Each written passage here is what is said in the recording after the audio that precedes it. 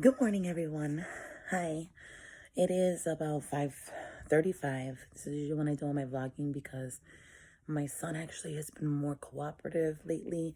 He's actually waking up at like 6. He doesn't wake up in the night anymore. So I'm feeling like a new woman.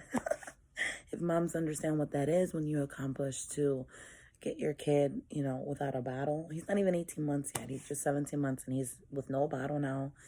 He lays down. We have a routine and he now he's sleeping all night. So, he may be waking up soon around 6 because he went to bed at 7:30. So, like, I'm becoming a little more independent because I'm not stuck to the little man. So, I'm using a different spot in my living room today. So, the lighting and stuff might be different, but it's fine.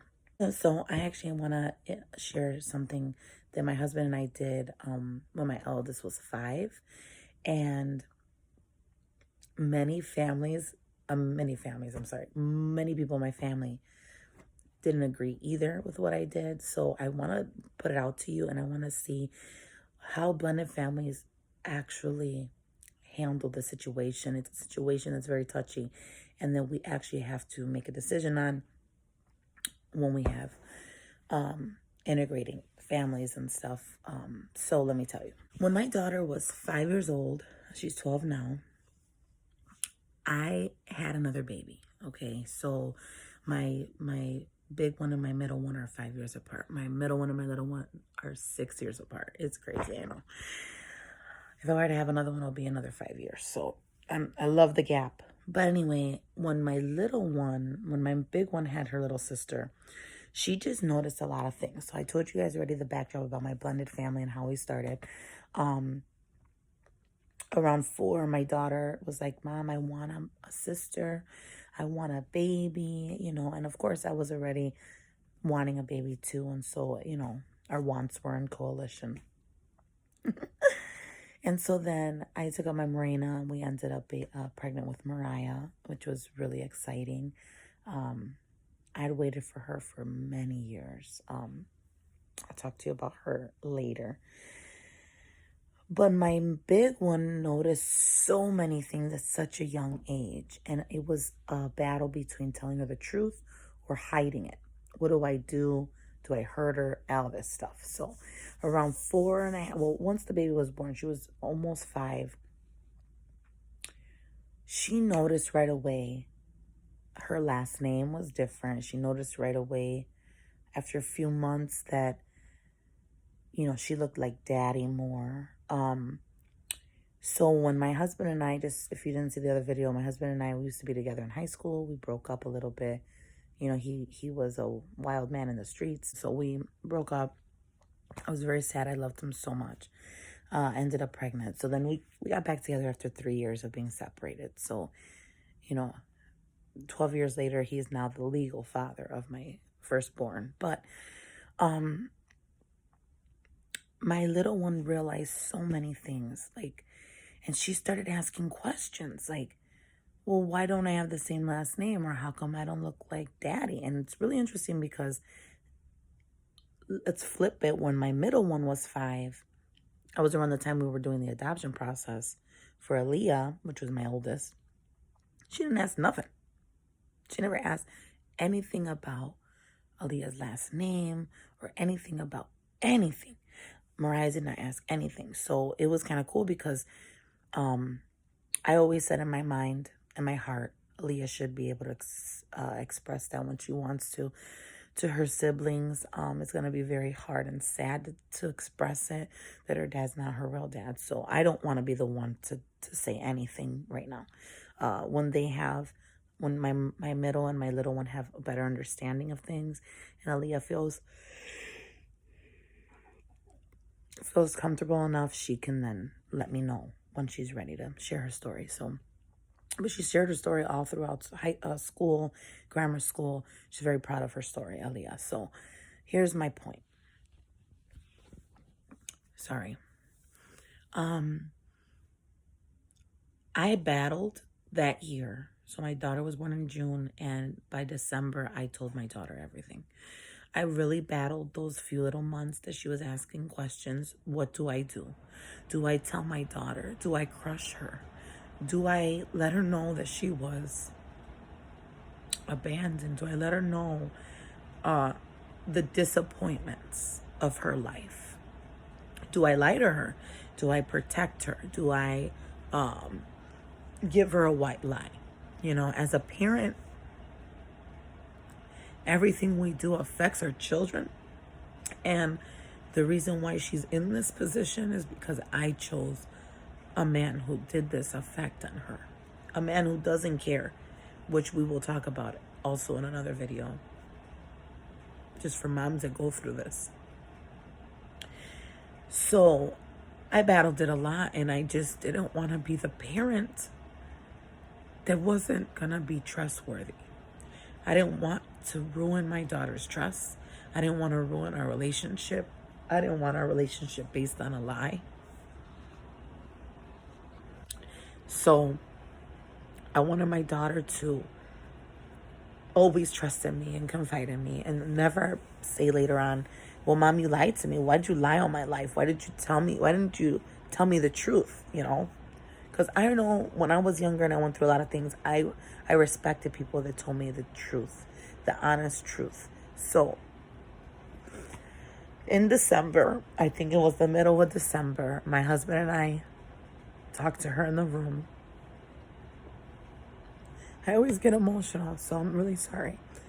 And because the response of this kid blew me away. Kids are so amazing, guys. They know so much more than what you think they know, and they are so much more intuitive and understanding and open-minded than we are in so many ways. So I sit there and I'm nervous as all. I've never been more nervous than telling my daughter about her life. And so I was very calm. I didn't cry. The best thing I could think of was our dog. We had rescued a dog from animal control when Aaliyah was in my belly. And so all I knew she would understand through that simple adoption what her stepdad had done for her.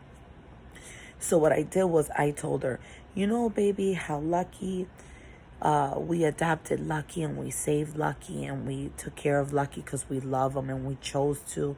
And we could have had any other dog, but we decided to take him in and love on him. And I said, that's what Daddy does for you. I said, he wants you to be his daughter and he loves you. I said, but I told her, your real dad is not around, but this is your dad that you say is your dad. I said, and then I said, well, how do you feel about that? And this is when she blew me away. And I will never forget this ever in my life.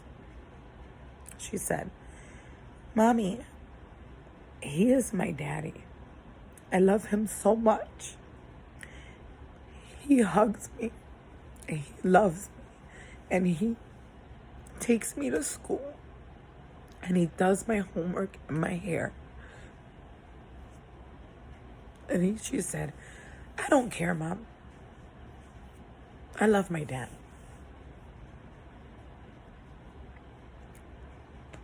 At the time, I worked, and my husband was home, and he wanted to be with her. She was when we got back together, she was in daycare for 6 months. And then after 6 months, he decided in April of 20, she was in daycare from September of 2009 to April 2010. 6 months only. April 2010, he decided to keep her at home. And so you got to understand, for 3 years, she was home with him. He was taking care of her and teaching her and loving her and playing with her. And that's all she knew. And that's all she needed. So here's what I want to say. For parents that are battling telling their children, I urge you to tell them the truth.